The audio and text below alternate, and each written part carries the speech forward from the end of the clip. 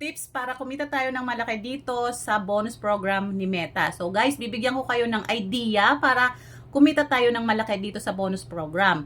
Ito guys, ang ginagawa ko, bibigyan ko po kayo ng sample.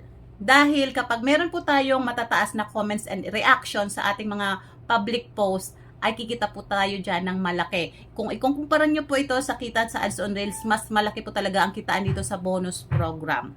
Promise. Ito, bigyan ko kayo ng sample. Ito guys, ang ginagawa ko.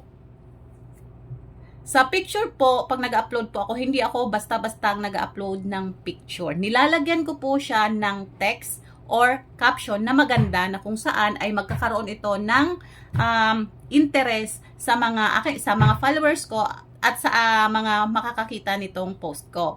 So ito guys, ang ginagawa ko, palaisipan po siya. So kayo guys, kung gusto nyo pong gayahin, pwede naman po. Depende po yan sa inyo. Ito po kasi yung naisip ko na kung saan ay magkakaroon po siya ng mga comments or reaction sa mga makakabasa po nito. Kung makikita nyo guys, ay meron siyang 267 comments and 134 reactions. Pero meron lamang siyang 8 sharers.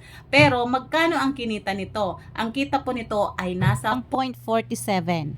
O diba, kung ikumpara po ito sa Ads on Reels na ko, meron akong sa Ads on Reels 2K views, nasa 0.02.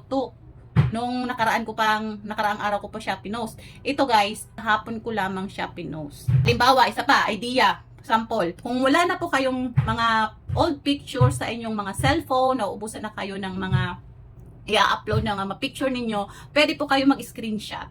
So ito po wala pong dito, wala pong violation dito kasi screenshot po siya, hindi naman i-download eh. So ang ginagawa ko ito guys, sample nag-screenshot ako ng nature, beach. Tapos nilagyan ko po siya ng caption. Ito guys, sample halos lahat ng beach dito sa Pilipinas na puntahan ko na kaka-scroll. So magkano ang kinita nito? 0.02. So kanina ko lamang siya pinost. Tapos diba?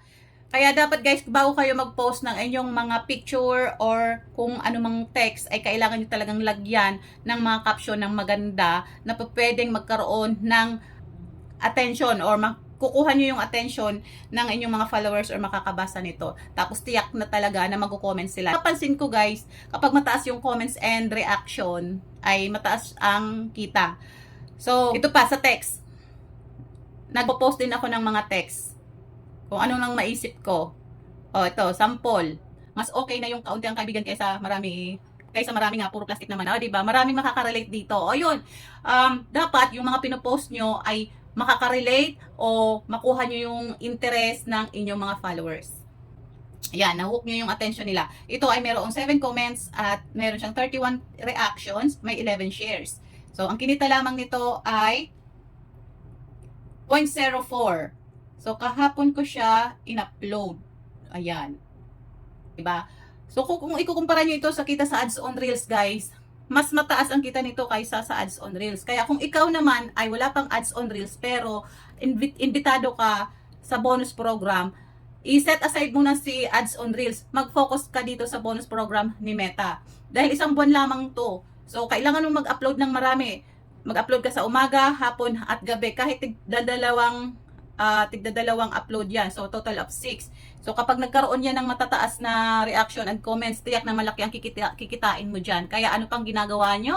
Mag-upload kayo ng marami at mag-isip kayo ng magandang caption na makahook or magkakaroon ng interest sa inyong mga followers. Ayan guys, binigyan ko kayo ng idea para kung paano kayo mag-post o paano kayo mag-upload ng inyong mga public post. So, hindi lamang po pictures and text. So, kailangan nyo rin mag-upload ng video, short or long form video. Mag-live video rin po kayo. Counted po yan sa bonus program. Okay? Kung hanggang kaya nyo lang naman, gawin nyo na sa isang buwan. So, sana guys ay nakatulong po itong video ko ngayon and dahil gusto ko po ay sabay-sabay po tayong kumita dito sa Facebook. Okay? Thank you for watching guys and good luck po sa atin dito sa bonus program ni Meta. Bye-bye!